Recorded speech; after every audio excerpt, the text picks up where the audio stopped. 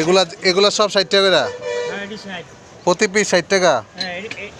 এটা হলো 150 150 আর প্লেট 60 টাকা। প্লেট 60 টাকা পিস। আর কাপ পিস?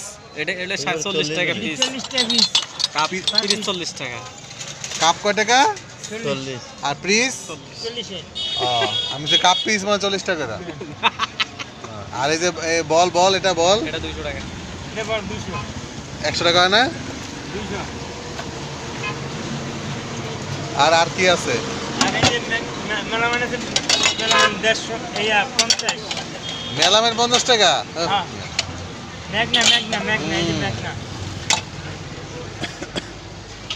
এই আর এই যে চায়ের কেটলি এটা 150 টাকা।